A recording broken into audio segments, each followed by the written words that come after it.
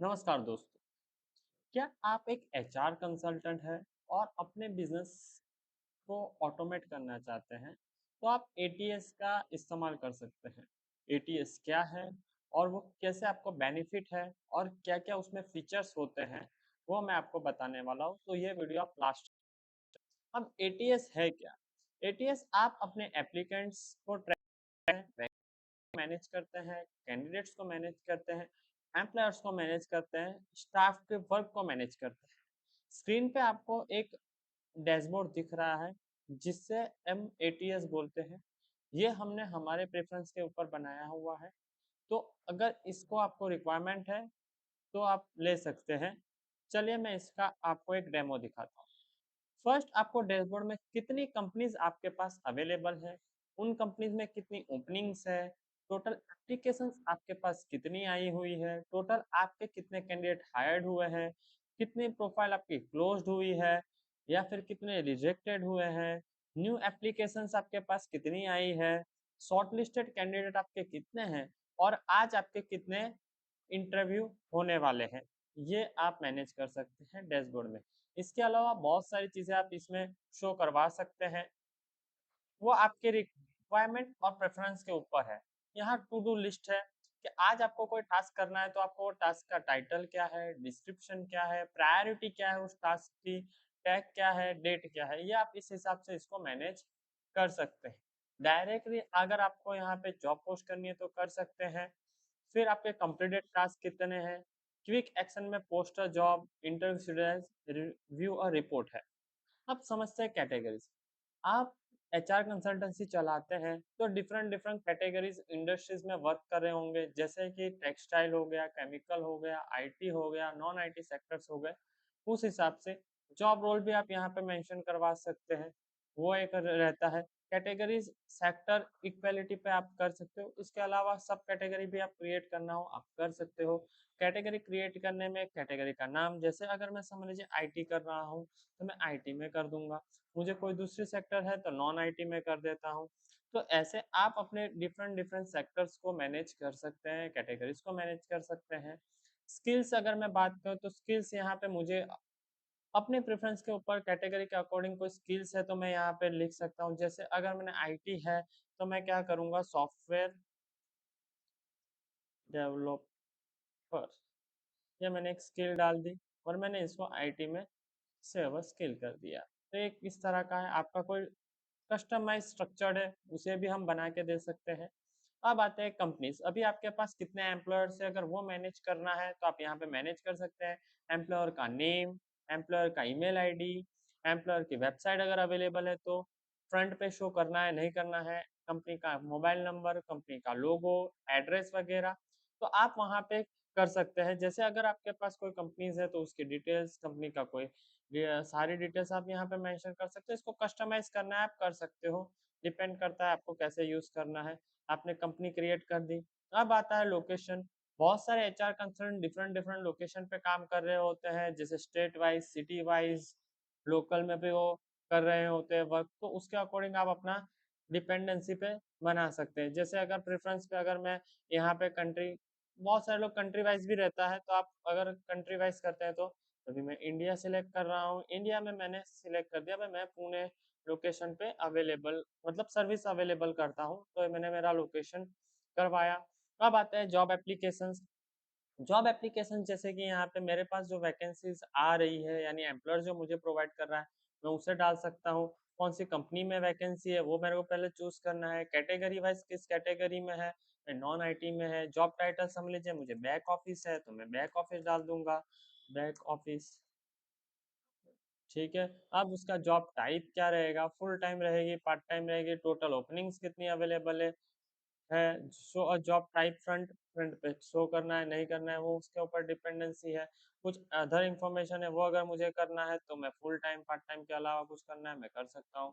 Job description में मैं यहाँ पे डेमो लिख देता हूँ, अगर मेरे को जो भी डालना है मैं वहाँ पे डाल सकता हूँ। रिक्वायरमेंट में मैं डेमो मतलब यहाँ पे अपना डिस्क्रिप्शन रिक्वायरमेंट आप डाल सकते हो।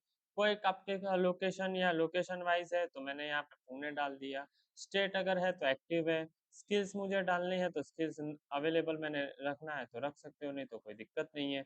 फिर यहाँ पे अपने अपनी डेट क्या है, स्टार्टिंग डेट कब से स्टार्ट होने वाला है, एंडिंग डेट ऑटोमेटिकली है, आप यहाँ पे मैन्युअल भी कर सकते हो। वर्क एक्सपीरियंस, कितने साल का एक्सपीरियंस वाला कैंडिडेट आपको चाहिए वो आप मेंशन करवा सकते हैं। Shortlisted by range wise salary, exact salary क्या है, पे कितना रहेगा। जैसे मैं एग्जैक्ट सैलरी रहेगी तो मैंने एग्जैक्ट सैलरी डाल दिया भाई 15,000 उसका एग्जैक्ट सैलरी रहेगा। ठीक है, ओपनिंग स्टेट वगैरह है, हाँ आवरली बेसिस पे रहेगा, मंथली बेसिस पे रहेगा, ये मेंशन करना है। एसईओ फ्रेंडली रखना है। अब कैंडिडेट से अप्लाई करते वक्त मुझे जेंडर पूछना है, डेट ऑफ बर्थ पूछना है, कंट्री या एड्रेस पूछना है, रिज्यूमे कलेक्ट करना है, कवर लेटर कलेक्ट करना है, तो ये डिफरेंस रहेगा। मैं इसको सेव कर दूंगा। जैसे ये मैंने इसको सेव कर दिया, जैसे अभी यहाँ पे मुझे वो शो हो रहा है, टोटल ओपनिंग कितनी है, लोकेशन कौन सा है ये। अब मैं इसको जाके मैं क्या कर रहा हूँ, कॉपी करके इसको मैंने यहाँ पे पेस्ट किया, तो ये ऐसा व्यू आ रहा है कि भाई व्यू कंपनी डिटेल्स आ गया, क्यूआर कोड के स्कैन करेगा या फिर अप्लाई करेगा तो कैंडिडेट यहाँ पे अप्लाई कर सकता है। जैसे मैंने यहाँ पे डिटेल्स फिलअप करवाता हूँ, मेल, डेट ऑफ बर्थ मैं कर देता हूँ इसमें,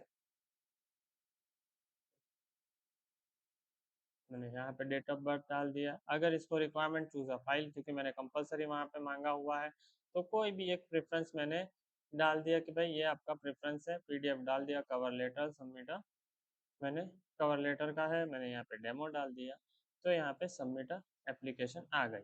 बराबर, ये आपका सबमिट एप्लीकेशन हो गया। बराबर, अब यहाँ पे मुझे एप्लीकेशंस में जाऊँगा तो जॉब एप्लीकेशंस मुझे यहाँ पे दिखाई देगी। जैसे अगर मैंने यहाँ पे देखा तो अभी मेरे पास आया है बैक ऑफिस के नॉन आईटी प्रोफाइल के लिए कैंडिडेट आया हुआ है। अब इसको मैं क्या कर रहा हूँ, अर्चिव करूंगा तो डेटाबेस की सारी इंफॉर्मेशन मुझे यहाँ पे दिखाई देगी। उसने रिज्यूमे कोई कवर लेटर दिया है, अटैच कोई फाइल की है तो वो भी दिखाई देगी। रिज्यूमे डाउनलोड, व्यूअर रिज्यूमे करूंगा तो रिज्यूमे, उसको कुछ रेटिंग देनी है, मैंने रेटिंग दे सकता हूँ। फोन स्क्रीनिंग किया तो फोन स्क्रीनिंग। इस हिसाब से आप अपने डेटाबेस को मैनेज कर सकते हैं। अब आपके पास एप्लीकेशन को आप अगर यहाँ पे फोन स्क्रीनिंग मतलब आपने उसको फोन पे बात किया तो फोन पे आप डाल सकते हो। फोन पे डालने के बाद अगर आपने इंटरव्यू में उसको बुला रहे हैं तो इंटरव्यू के फोल्डर में आप रखेंगे। इंटरव्यू से हायर्ड हो रहा है तो हायर्ड के, या रिजेक्ट हो रहा है तो रिजेक्ट के। एक्सपायर मतलब आप उसको अब आगे प्रोफाइल नहीं प्रोवाइड कर सकते, जो आप प्रोवाइड नहीं कर सकते, इंटरव्यू प्रोवाइड नहीं कर सकते। ये आपका आ गया डेटाबेस। यहाँ पे आपको वो डेटाबेस दिखाई देगा जो आपका एग्जिस्टिंग या फिर पुराना डेटा है वो दिखाई देगा। जॉब ऑन बोर्ड कोई क्वेश्चन आंसर है तो आप कस्टम क्वेश्चन आंसर कर सकते हैं। इंटरव्यू शेड्यूलाइजेशन, आज की डेट का कोई इंटरव्यू एडजस्टमेंट हो रहा है, जैसे आज कोई इंटरव्यू है तो कैंडिडेट का नेम मैं रख सकता हूँ। जैसे यहाँ पे मैं कैंडिडेट सर्च करता हूँ, मैंने कैंडिडेट को सर्च किया।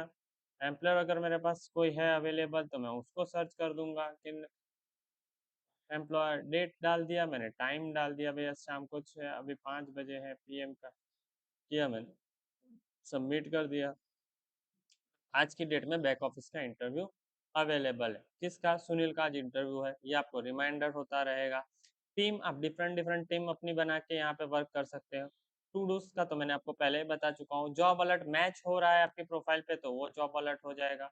रिपोर्ट आपको यहाँ पे शो होंगे कि भाई जॉब एप्लीकेशन आपके पास कितने हैं, जॉब पोस्टेड कितना है, डे बाई मंथ बाइज आप अपने हिसाब से यहाँ पे एक रिपोर्ट देख सकते हो कि कौन से प्रोफाइल में आपने ज्यादा प्लेसमेंट किया है।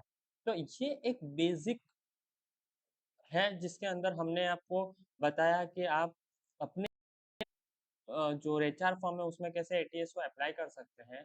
अगर आप अपने बिजनेसेस के लिए HR consultant, business placement agency या फिर जॉब कंसल्टेंसी फर्म है या टैलेंट एक्विजिशन या किसी भी तरह का एचआर रिक्रूटमेंट सर्विस के में जुड़े हुए हैं तो आप अपने डेटाबेस को मैनेज करने में ये एटीएस को हेल्प कर सकते हैं। एटीएस आपका वर्क बहुत स्मूथ करता है, डेटाबेस मैनेज करता है और आपकी वर्क प्रोडक्टिविटी को बढ़ाते हैं। अगर आपको इस एटीएस की रिक्वायरमेंट है या फिर कस्टमाइज एटीएस की भी रिक्वायरमेंट है तो आप हमारा सब्सक्रिप्शन ले सकते हैं, जिसके थ्रू हम आपको आपके कंसल्टेंसी के अकॉर्डिंग आपको हम बना के दे सकते हैं, जो आपके बिजनेस को ऑटोमेट करने में, डेटा मैनेज करने में और आपके प्लेसमेंट को बेहतर करने में और रेवेन्यू जनरेट करने में हेल्प करे।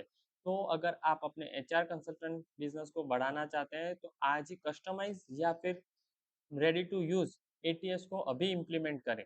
Thank you. और ऐसे ही सॉफ्टवेयर के लिए आप हमारे चैनल को सब्सक्राइब कर सकते हैं।